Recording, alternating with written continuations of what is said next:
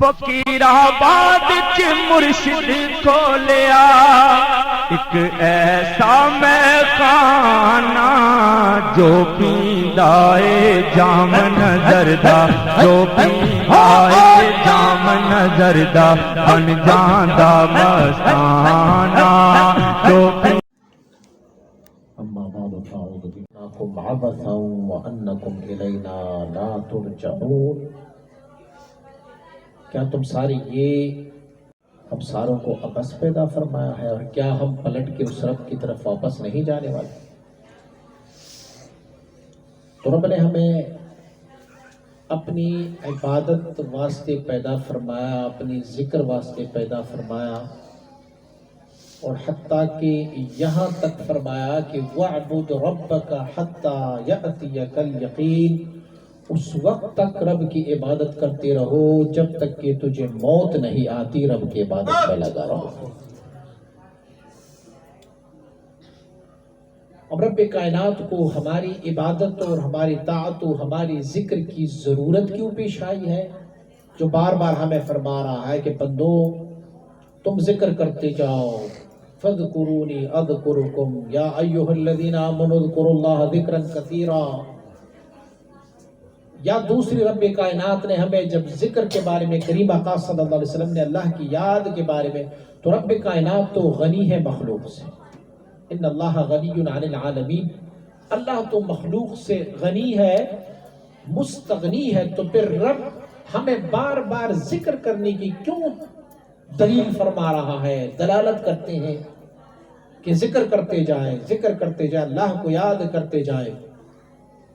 مفسرین اور محدثین نے بہت ساری وجوہات بیان کی، وہ فرماتے ہیں کہ ایک وجہ اس میں یہ ہے، ہم اللہ کا ذکر اسی لیے کرتے ہیں تاکہ ہم اللہ کے بندے بن جائیں، ہمیں اللہ کی بندگی کا سلیقہ آ جائے، اور یہ اللہ کی بندگی تک پہنچنے کا ذریعہ، اللہ کا بندہ بننا، وہ اس وجہ سے ہو سکتا ہے کہ میں اللہ کا ذکر کرتا رہوں گا تو اللہ کا بندہ ہوں گا۔ اور بصورت دیگر اگر رب کا ذکر نہ کرنے والے ہیں تو رب کائنات نے اسے بندہ نہیں فرمایا، اللہ نے اسے اپنا بندہ نہیں فرمایا، بلکہ بندگی کا سند اس بندے کو دیا ہے کہ جس نے رب کا قرب حاصل کیا ہوگا۔ بس آپ دیکھیں گے کہ جگہ جگہ میرے آقا صلی اللہ علیہ وسلم بارک کو رب کائنات بندے کا نسبت فرما رہا ہوتا ہے۔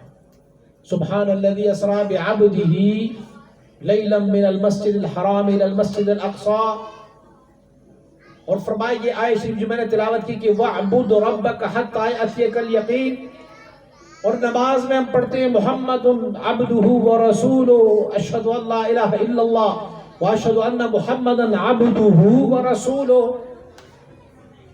یہ جو عبد کی نسبت اس بندے کے لیے کیا جاتا ہے، تو مجد الفسانی رحمۃ اللہ تعالی فرماتے ہیں کہ بندہ اس وقت رب کا بندہ کہلانے کا مستحق ہے اور حقدار ہے جب اس نے اللہ کا قرب حاصل کیا، تو پھر رب فرماتا ہے یہ میرا بندہ ہے۔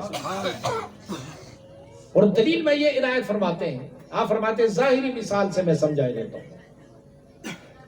ظاہری مثال یہ ہے کہ غلام جس کا غلام بنے نا، تو غلام اور آقا لازم و ملزوم ہوتے ہیں۔ جہاں پر میرے کریم آقا صلی اللہ علیہ وسلم بارک کا نام گرامی آتا ہے تو سیدنا بلال کا نام ساتھ ہی آ جاتا ہے رضی اللہ تعالیٰ۔ عام طور پر بھی اصطلاحات یہ ہے کہ جہاں پر آقا موجود ہوتا ہے وہیں پر غلام بھی ساتھ ہی ہوتا ہے۔ غلام کا اپنا مرتبہ اور آقا کا اپنا مرتبہ ہوتا ہے، دونوں کے مراتب برابر نہیں ہو سکتے، الگ الگ ہے۔ لیکن جیسے کہ دنیا میں قانون ہے کہ غلام آقا کے ساتھ ہوتا ہے، تو رب کا بھی غلام اور بندہ کہلانے کا مستحق وہ بندہ ہے جو رب کے ساتھ ہی ہوتا ہے، یعنی جس کو رب کی معیت حاصل ہو، اللہ رب العزت کی معیت حاصل ہو۔ اور سیدنا مجد الفسانی رحمۃ اللہ تعالی فرماتے کبھی اس بات پر غور کیا ہے کہ عبد کی معنی کیا ہے؟ عبد عربی کا لفظ ہے، اور ایک معنی جو ہے وہ بندے کا لیا جاتا ہے، لیکن خاص کر جو ہے اس کی معنی جو ہے وہ غلام سے لیا جاتا ہے، تعبیر غلام سے کی جاتی ہے۔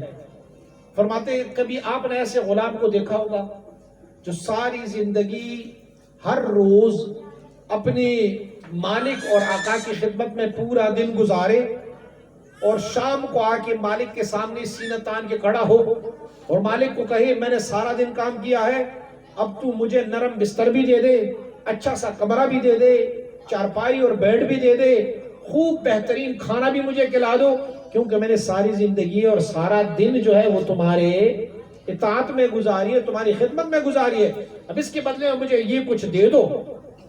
تو مجدد رحمۃ اللہ تعالی فرماتے ہیں مالک اسے جا کے منڈی میں بیچ دیتا ہے۔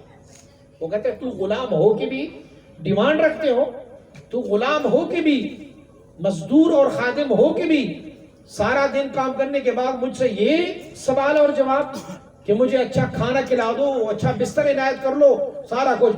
تیرا کام یہ ہے کہ تو غلامی کرتے رہے، میری مرضی ہے میں تجھے اچھا کمرہ دوں یا نہ دوں، یہ میری مرضی ہے۔ فرمایا بندے تو سارا دن بھی اگر ذکر کرے نا اللہ اللہ سبحان اللہ کا ذکر کرتے رہو اور دل میں یہ بھی خیال آئے کہ میں نے سارا دن ذکر کیا، اللہ کو یاد کیا ہے، اب رب کی نعمتیں مجھ پر برسی گی، تو فرمایا تو غلام ہے وہ آقا ہے۔ تو ایسا نہ ہو کہ کہیں دنیا والے غلاموں کا تمہارا حشر نہ ہو جائے، کہ مالک ہی ناراض ہو جائے، کیونکہ ڈیوٹی اور وظیفہ آپ کا یہی ہے، کام یہی تمہاری سپرد ہے کہ تو اللہ اللہ اللہ اللہ کرتے جاؤ۔ رب کی مرضی ہے، جس کا تم نام لے رہے ہو وہ کسی کو بے نوا چھوڑتا بھی نہیں ہے، وہ کسی کو نہیں چھوڑتا، لیکن یہ توقع رکھنا کہ میں عبادت کر چکا ہوں اور میں نے عبادت کیا ہے، تو اس عبادت پر مجھے رب کائنات اب یہ مرتبہ بھی دے گا، یہ مرتبہ بھی دے گا۔ فرماتے ہیں کہ مال التراب و رب الارباب، مٹی زمین کی اور رب الارباب جو سارے ربوں کا رب ہے، اس رب کی کیا شان ہے، ان دونوں کی تو کوئی نسبت ہی نہیں ہو سکتی آپس میں۔ تو مجدد رحمۃ اللہ تعالی فرماتے ہیں کہ عبد کا نام کام ہے خدمت کرنا، غلامی کرنا، وہ عبادت کرنا، اطاعت۔ فرماتے ہیں کہ آپ نے یہ دیکھا ہوگا کہ اگر کسی نے اپنے آپ کو اتنا کم تصور کیا، اپنے آپ کو سب سے نیچا تصور کیا، تو فرماتے ہیں من تواضع للہ رفعہ اللہ، جو اللہ کے لیے تواضع کرتے اللہ خود بخود اسے رفعت عطا فرما لیتا۔ اللہ کریم خود اسے بڑے مراتب پہ، اور جب اللہ رب العزت اس بندی کی انکساری اور عجز اور عبادت و طاعت دیکھ لیتا ہے تو رب کائنات پھر کیسے نوازتا ہے، تو رب کائنات اسے اس فوق مقامات میں انہیں اپنا وصل و قرب عنایت فرماتا ہے۔ اور مجدد رحمۃ اللہ تعالی اسی بات کی طرف اشارہ فرماتے ہیں کہ ملائکہ اعظام باوجود کہ نورانی مخلوق ہے، باوجود کہ لا یعصون ما امرہم اللہ، وہ کبھی ایک لمحہ بھی اللہ کی معصیت نہیں کرتے، طرفت العین کوئی معصیت نہیں کرتے اللہ کی، لیکن اس کے باوجود جس ملک کو جس مقام میں پیدا فرمایا ہے رب کائنات ہے، اس سے 1 انچ بھی اوپر نہیں جا سکتے، ان کا مقام وہی ہے۔ اور ملائکہ اعظام کے بارے میں یہی فرمایا گیا کہ وَمَا مِنَّا إِلَّا وَلَهُ مَقَامٌ مَعْلُوم، ہم میں سے کوئی بھی ایسا نہیں ہے کہ جس کا ایک مقام معلوم نہ ہو، ایک متعین مقام نہ ہو، اس مقام سے وہ فوق نہیں جا سکتے۔ سید الملائکہ اور رہبر ملائکہ سیدنا جبریل علیہ نبینا علیہ السلام ہے، اور آپ سب کو معلوم ہے کہ واقعہ معراج میں میرے کریم آقا صلی اللہ علیہ وسلم کے ساتھ جاتے سدرۃ المنتہا تھا، چونکہ سدرۃ المنتہا مقام ہے سیدنا جبریل علیہ نبینا علیہ السلام کی، تو اسی لیے اب سدرۃ المنتہا سے آگے وہ نہیں جا سکتے۔ اور پھر کیا ہوتا ہے، ہمارے اور آپ کے کریم آقا صلی اللہ علیہ وسلم بارک اس مقام تک جاتے ہیں کہ ثم دنا فتدلا فکان قاب قوسین او ادنا فاوحى الى عبده ما اوحى ما كذب الفؤاد ما رأى اور ما زاغ البصر وما طغى، اس مقام تک آپ پہنچ جاتے ہیں۔ تو فرماتے ہیں کہ پھر ملک پر اس انسان کو فضیلت کیوں دی گئی ہے کہ ملائکہ تو وہ ہے کہ لا یعصون ما امرہم اللہ، ان کا ایک مقام معلوم ہے، اور ایک طرف انسانی شکل میں ایک نبی ہے صلی اللہ علیہ وسلم، اور اسے مقام یہ دیا گیا ہے کہ وہ سارے مخلوقات سے رب کی سب سے قریب تر وہ مقام اور مرتبہ حاصل کرتے ہیں۔ تو مجدد رحمۃ اللہ تعالی فرماتے ہیں کہ ملائکہ میں 3 اجزاء موجود ہیں، آگ، ہوا اور پانی، یہ عناصر 3 عناصر ان میں موجود ہے، لیکن ایک عنصر اس میں موجود نہیں ہے جو مٹی کا عنصر ہے۔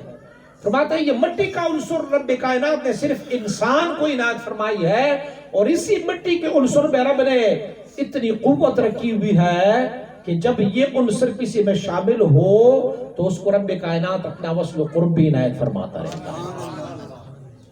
اور فرماتے ہیں ظاہری طور پر آپ مٹی کو دیکھیں، مٹی میں کتنی عجز ہے، کتنی انکساری ہے، مٹی پر اتنے بڑے بڑے بلڈنگز، اتنی ہیوی مشینری، اتنے وزنی لوگ اس زمین پر ہے۔ کبھی کسی نے سنا نہیں ہوگا کہ زمین نے فریاد کی ہوگی، زمین نے کوئی اعتراض کیا ہوگا۔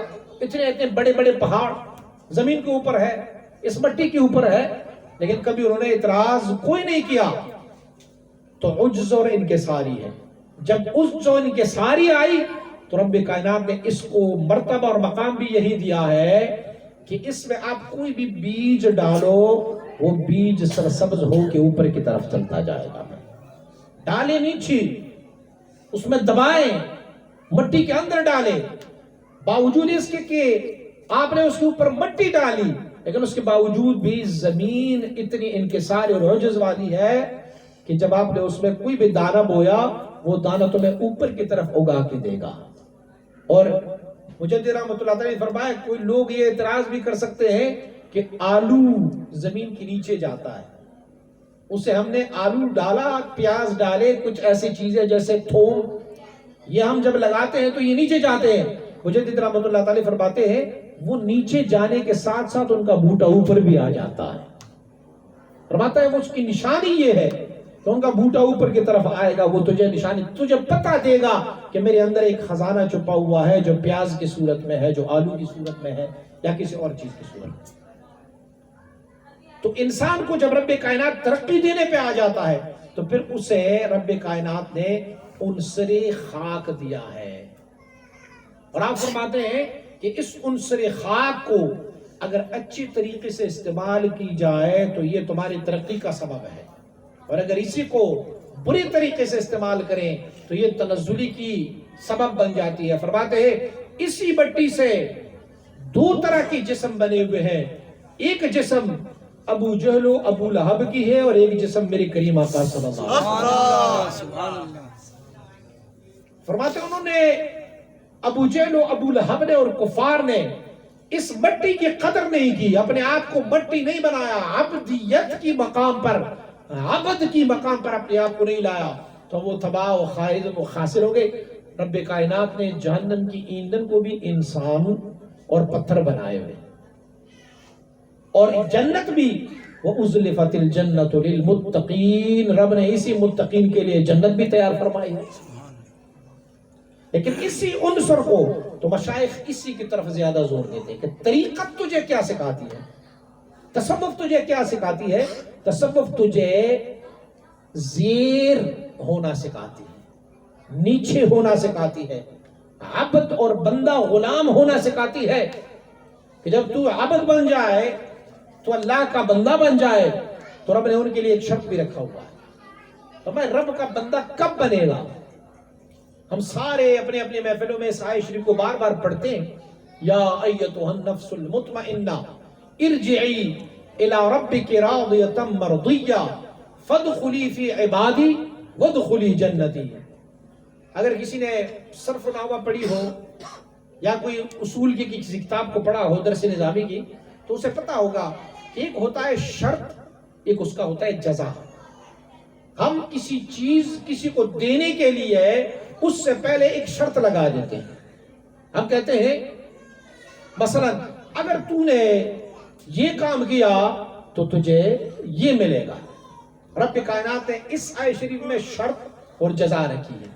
فرمایا یا ایتھا النفس المطمئنہ، اے مطمئن نفس، ارجعی الی ربک راضیۃ مرضیہ، اس حال میں اپنے رب کی طرف رجوع کر کہ تو رب سے راضی اور رب تجھ سے راضی ہے. تو پھر یہ شرط ہوا. تو اب کیا ہے؟ جزا کیا ہے؟ فادخلی فی عبادی وادخلی جنتی. اب تو میرے بندوں میں شامل ہو گیا، اب میری جنتیں تمہارے لیے ہے. تو شرط لگا. سب سے پہلا شرط کیا لگا؟ یا ایتھا النفس المطمئنہ. پہلے نفس کو مطمئن کرنا ہوگا. یہ شرط. تیرا نفس مطمئن ہے کہ نہیں مطمئن؟ نہیں مطمئن تو شرط ہار گئے. پھر دوسرا شرط فرمایا اگر نفس مطمئن بھی ہے اس کے علاوہ ارجعی الی ربک راضیۃ مرضیہ. اکیلے اطمینان سے کچھ چیز حاصل نہیں ہوتا.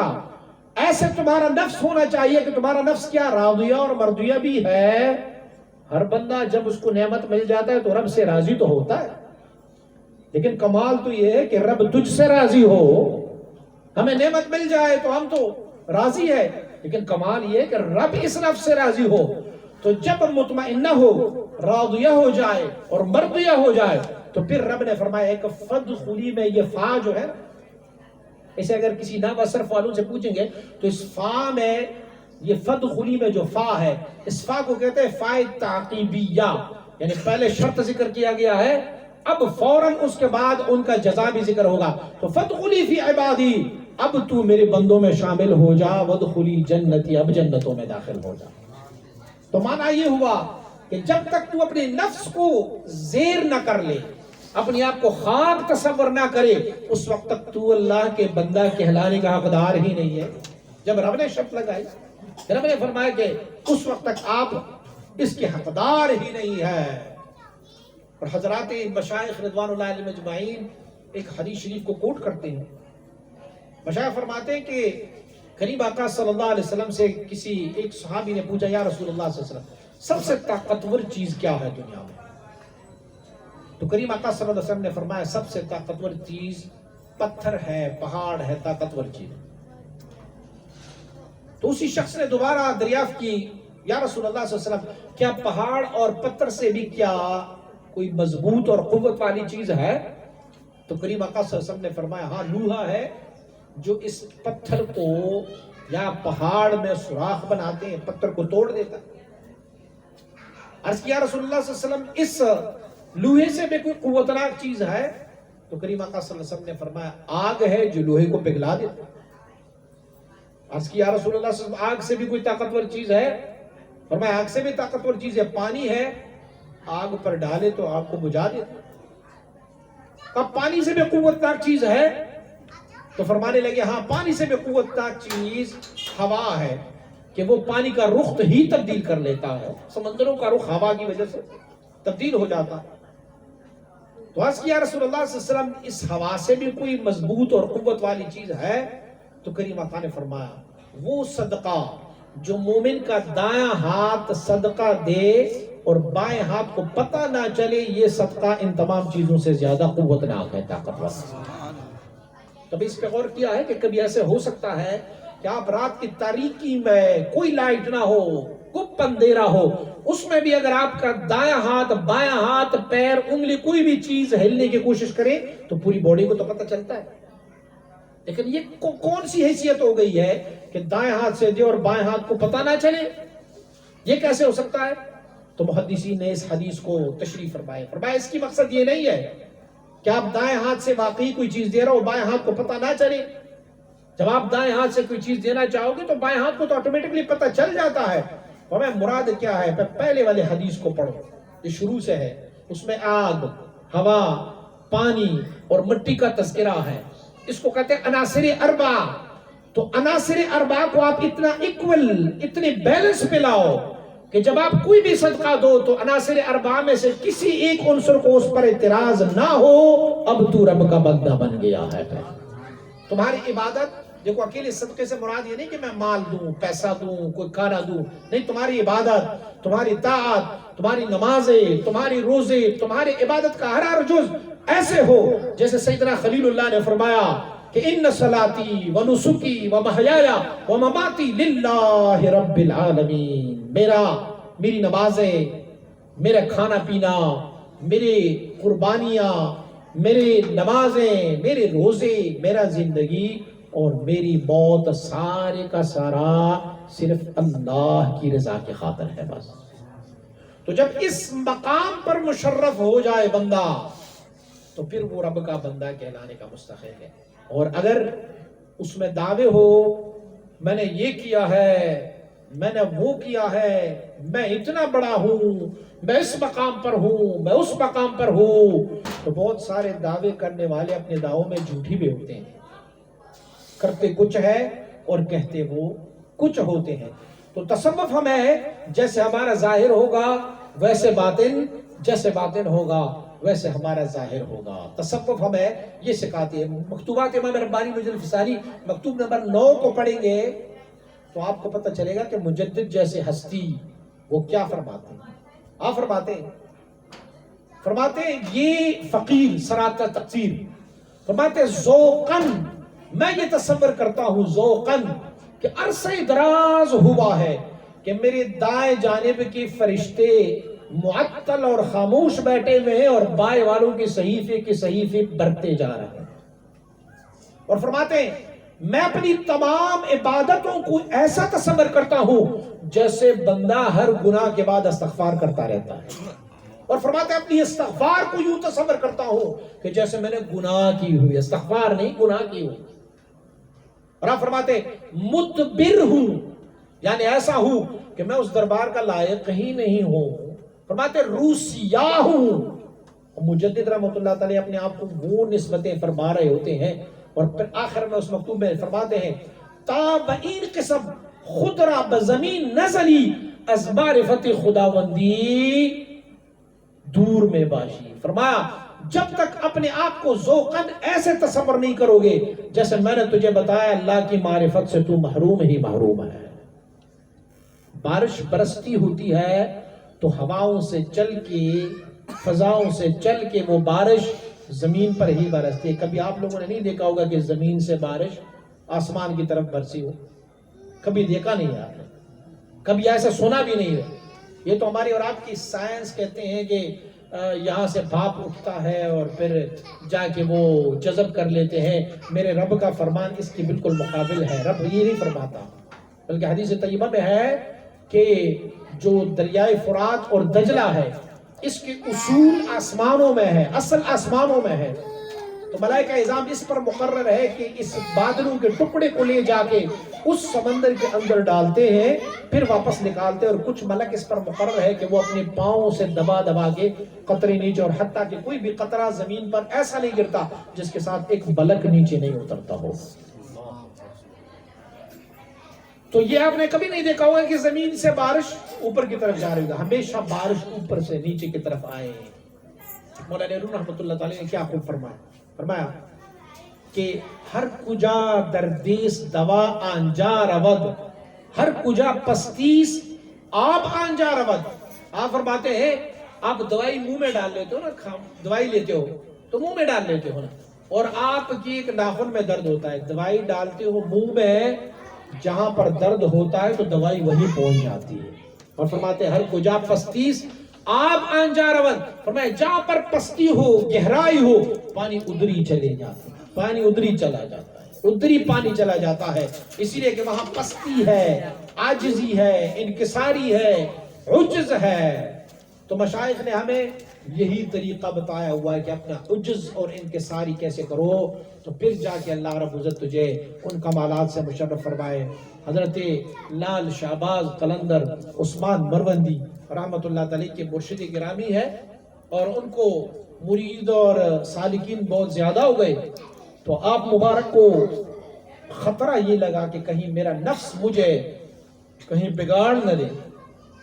تو آپ نے فرمایا کہ اللہ کی یہ بندے جب میرے پاس آتے ہیں میں ایسے منع بھی تو نہیں کر سکتا نا کہ اس کو منع کروں، ان کو بتاؤں کہ بس تم چلے جاؤ، کیونکہ یہ اللہ کے بندے اللہ کے طلب میں آتے ہیں. میں کون ہوتا ہوں اس کو روکنے والا، منع کرنے والا؟ لیکن ان لوگوں سے، ان لوگوں کے اندر رہتے ہوئے مجھے شہرت ملی، اور شہرت میں آفت ہوتا ہے، شہرت میں آفت ہوتا ہے. تو فرمایا میں ان لوگوں کو کیسے بگاؤں؟ طریقہ اپنایا. مشائخ اعظام جو ہوتے تھے اس زمانے کے مشائخ بازاروں میں نہیں جاتے ہوتے تھے، بڑے تقی اور نقی ہوتے نا، تو بازاروں میں نہیں جاتے ہوتے تھے. تو آپ مبارک نے ایک دن جب سارے سالکین موجود تھے کہا آج بڑا دل کرتا ہے کہ یہ شہر میں چلا جاؤں، بازار میں چلا جاؤں۔ تو سالکین نے کہا آج پتہ نہیں پیر صاحب کو کیا ہوا، چلو بازار چلتے ہیں۔ سالکین ساتھ چل دیے بازار۔ جب بازار کے قریب گئے کچھ جو ضعیف الاعتقاد سالکین تھے انہوں نے کہا پیر صاحب تو بازاروں کا چکر لگانے لگے ہیں، چلو جی ہم واپس چلتے ہیں۔ کچھ ایک گروہ وہاں سے الگ ہوا۔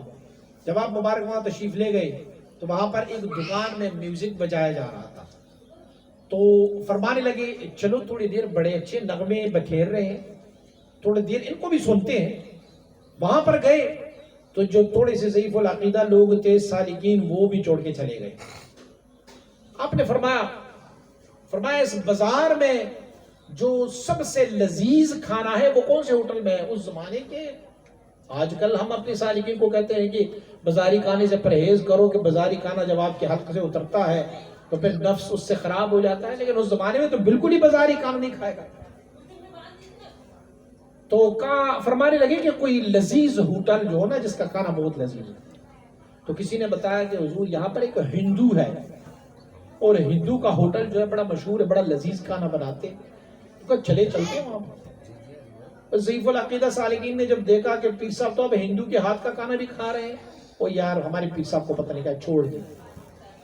حضرت وہاں تشریف لے گئے، کہا کھانا بنائے، کھانا لایا گیا تو آپ مبارک نے کھایا نہیں، بس پلیٹ میں ایسے ایسے ہاتھ پھیرتے اور واپس نکل آئے۔ جب لوگوں نے دیکھا حضرت تو ہندو کی دکان میں بیٹھ کے کھانے کے پلیٹ سامنے، وہ بھی چلے گئے۔ اب واپس آئے، دیکھا پھر بھی 700-150 بندے ہیں، تو فرمانے لگے یہاں پر جو بالا خانوں میں ہوتی ہیں بدکار عورتیں، ان کا کوئی اتا پتہ کسی کو معلوم ہے؟ تو ایک شخص نے کہا جی حضور مجھے معلوم ہے، فلاں محلہ ہے جو بدکار عورتوں کا محلہ ہے، وہاں چلتے ہیں۔ وہ بقیہ مریدوں نے جب سنا کہ حضرت نے تو بازار کا بھی چکر لگایا، میوزک بھی سن لیا، حرام کا کھانا بھی کھایا، اب تو شہوت ان کو عادی ہے، چل چھوڑ یار، وہ بھی چھوڑ گئے۔ کہا جس نے جانا ہے وہ چلے جائیں، میں نے ادھر جانا ہے، بالا خانے جانا ہے۔ وہاں پر تشریف لے گئے۔ جب اس نے گلی کو نکر کو موڑا تو پیچھے سے بچے تھے 3 سالکین۔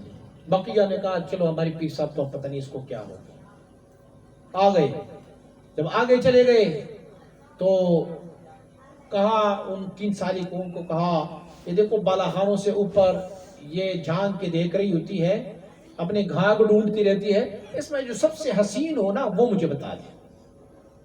تو جو 2 سالکین تھے انہوں نے کہا یہ تو کام واقعی خراب ہوا ہے، وہ بھی پلٹ گئے۔ ساتھ رہ گیا تھا عثمان مربندی رحمۃ اللہ علیہ۔ کہ عثمان کون سی اس میں حسین ہے؟ تو فرمایا حضور میری نظروں میں تو وہ فلاں بنگلے والی، وہ فلاں بالخانی والی حسین ہے۔ ٹھیک ہے جی میں وہاں چل رہا ہوں۔ تو آپ مبارک وہاں پر جانے لگے، اوپر جانے لگے، پیچھے مڑ کے دیکھا تو عثمان مربندی کھڑے ہیں۔ تو فرمایا عثمان سارے چلے گئے، تو دیکھ رہے میں کیا کرنے لگا ہوں؟ میں نے کہا حضور آپ جو کر رہے ہیں وہ میں اچھی طرح سے دیکھ رہا ہوں، آپ جائیں، لیکن حضور ایک درخواست ہے، یہ اپنا جبہ، عصا اور یہ امامہ مجھے یہاں دے، خادم یہاں کھڑا رہے گا، آپ اوپر چلے جائیں۔ حضرت اوپر چلے گئے۔ جب اوپر چلے گئے تو اس خاتون سے پوچھا کہ تیری قیمت کیا ہے؟ 200 درہم میں لیتی ہوں۔ جب 200 درہم لوگی تو اس کے بعد کیا ہوتا ہے؟ کہا وہ جو جس بندے نے مجھے 200 درہم دی کہ میں ان کے اختیار میں، وہ جو مجھے کہے میں اسی کو قبول کر لیتی ہوں۔ فرمایا ٹھیک ہے یہ لو 200 درہم، اب میں جو کہوں اسے آپ نے کرنا ہے۔ کہا جی ہمارا کام ہی ہے یہ۔ فرمانے لگے چل پھر غسل خانے میں چلی جا، غسل کر کے واپس آ۔ گئی غسل کر کے آئی تو آپ مبارک نے اپنے چادر بچھائے، فرمایا اس پہ کھڑی ہو کے 2 رکعت نفل پڑھ۔ وہ کڑی ہوئی 2 رکعت نفل کے لیے، جیسے نیت باندھی تو حضرت نے پیچھے سے اللہ کی بارگاہ میں التجا کی کہ پروردگارا مصلی پر کھڑا کرنا میرا کام تھا، اب دل پھیرنا آپ کا کام ہے پروردگارا، دل پھیر دے۔ دعا کی، اللہ کے ولی کی دعا ہے، لگ گئی۔ وہ زار و قطار نماز کے دوران رونے لگی، نماز ہچکیاں بن گئی۔ جب نماز سے فارغ ہوئی حضرت کے قدموں میں گری، حضرت مجھے بس توبے کی استقامت کی دعا کرے، میں توبہ کرتی ہوں آئندہ انشاءاللہ۔ حضرت نے اس کو اپنی چادر پہنائی اور اس کو بیعت فرمائی۔ اب عثمان مربندی کی باری تھی، اب عثمان مربندی کو کیسے نکالوں، یہ تو نہیں جا رہا بندہ۔ تو ان کے لیے طریقہ اپنایا، حضرت گئے اندر واش روم میں، غسل خانے میں، وہاں پر اپنے بالوں کو گیلا فرمایا اور پھر آ کے اس بالا خانے کے اس کھڑکی سے نیچے جان کر کے عثمان مردندی کھڑا انتظار، تو پانی ٹپک رہا ہے آپ کی زلفوں سے. تو فرمایا عثمان جو قربان، فرمایا کہ یہ دیکھو نا میں کر چکا ہوں اور یہ دیکھے بال بھی میرے گیلے ہیں. فرمایا سبحان اللہ، آپ اوپر کر رہے تھے میں نیچے سے دیکھ رہا تھا آپ کو. جو کیا آپ نے بہتر کیا حضور، میں مانتا ہوں. آپ تشریف لے گیا.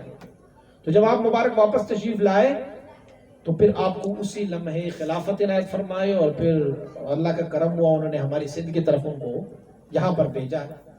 تو معنی یہ ہے کہ اللہ کے وہ بندے جو ہوتے تھے نا، وہ اس عبدیت کے مقام پانے کے لیے اپنے آپ کو ایسے لوگوں سے الگ تلگ بھی رکھنے کی کوشش کرتے ہوتے تھے کہ نہ باید کہ ایسا نہ ہو کہ لوگوں کے درمیان آ کے مجھے کوئی تکبر ہو جائے، کوئی انانیت آ جائے. تو تصوف اور سلوک ہمیں یہ چیز سکھاتی ہے کہ ہم عجز کریں، عاجزی کریں، التجا کریں. دیکھیں کئی مالدار سے مالدار ترین بندے کے سامنے بھی کھڑے ہو جائیں اور اکڑ کر کے کھڑے ہو جائیں اور اس کو کہیں بھئی دے کچھ مجھے اللہ کے نام پہ دے، تو وہ بجائے اس کو کچھ دے دو تپڑ بھی ماریں گے، چل یار مانگنے والا اور اتنا کھڑ تمہارا. لیکن ایک بندہ کیا کرتا ہے، وہ تواضع کرتا ہے، تملق کرتا ہے. بخیل سے بخیل بندے کا بھی دامن پکڑ کے نہیں چھوڑ رہا، یار اللہ کے نام پہ دو، اللہ کے نام پہ یار دے دو نا، بچے ہیں، بیمار ہے، فلاں ہے، کام نہیں، روزگار نہیں. تو بخیل سے بخیل بندہ بھی کہتے ہیں یار جان چھڑانے کے لیے کچھ دے دیتا ہوں، تو اسے عنایت فرماتے. اور میرا رب تو مالک الملوک ہے، ان کی بارگاہ میں اگر التجا کی جائے، عاجزی کی جائے تو کیا رب عنایت نہیں فرمائے گا؟ رب ضرور عنایت فرمائے، کیونکہ میرا رب ان اللہ لا ينظر الى صورکم، اللہ تمہاری صورتوں کی طرف نہیں دیکھ رہا، ولکن ينظر الى قلوبکم، اللہ تمہارے دلوں کی طرف دیکھ رہا ہوتا ہے. دل کیسا ہے؟ شکستہ ہے دل، اللہ کی طرف مائل ہے، تواضع میں ہے، انکساری میں ہے، عجز میں ہے. تو پھر دیکھو کہ رب کی بات، یہ ہم اپنے سالکین کو کہتے ہیں مرشد کے چہرے کو دیکھتے رہو. کیوں کہتے ہیں؟ اسی لیے کہتے ہو یہ ہماری طرف متوجہ ہو نا، مرشد کی طرف متوجہ ہو تو کہیں نہ کہیں مرشد کو بھی ترس آ ہی جاتا، یار یہ بندہ کب سے مجھے دیکھ رہا ہے، کب سے میری طرف متوجہ ہے. ساری چیزوں کو چھوڑ کے، لائٹس کو، روشنیوں کو، یہ قمقموں کو، یہ سارے پھول بنے ہوئے ڈیکوریشن کو چھوڑ کے وہ ایک ہی طرف متوجہ ہوتا ہے. اسی لیے وہ خود آپ کو بتائیں گے کہ اللہ نے مجھے یہ کمال دیا ہوا ہے، یہ مقام دیا ہوا ہے، لیکن اس کو ہم نے جانچنا ہے. سب سے پہلے جانچنا ہوتا ہے کیا وہ نفس کی غلامی سے باہر آیا ہے. اگر نفس کی غلامی سے باہر آیا ہے تو وہ رب کا ولی ہے، اللہ کا بندہ ہے، اللہ کا محبوب ہے، تو پھر ان کے لیے اجازت ہے. لیکن اگر وہ نفس کی غلامی سے باہر نہیں آیا اور صرف ادعا ہے تو یہ نفس کی غلامی ہے. دعا ہے کہ رب کائنات ہمیں صحیح تصوف اور سلوک نصیب فرمائے، اور رب کائنات ہمیں عجز و انکساری نصیب فرمائے، اور ہمیں اس مرتبے پر پہنچائے کہ جو حبیب صلی اللہ علیہ وسلم نے وعدہ فرمایا کہ جو من تواضع للہ رفعہ اللہ، جو اللہ کے لیے تواضع کرتے ہیں اللہ اسے رفعت عنایت فرماتے ہیں. وصلی اللہ تعالیٰ علیہ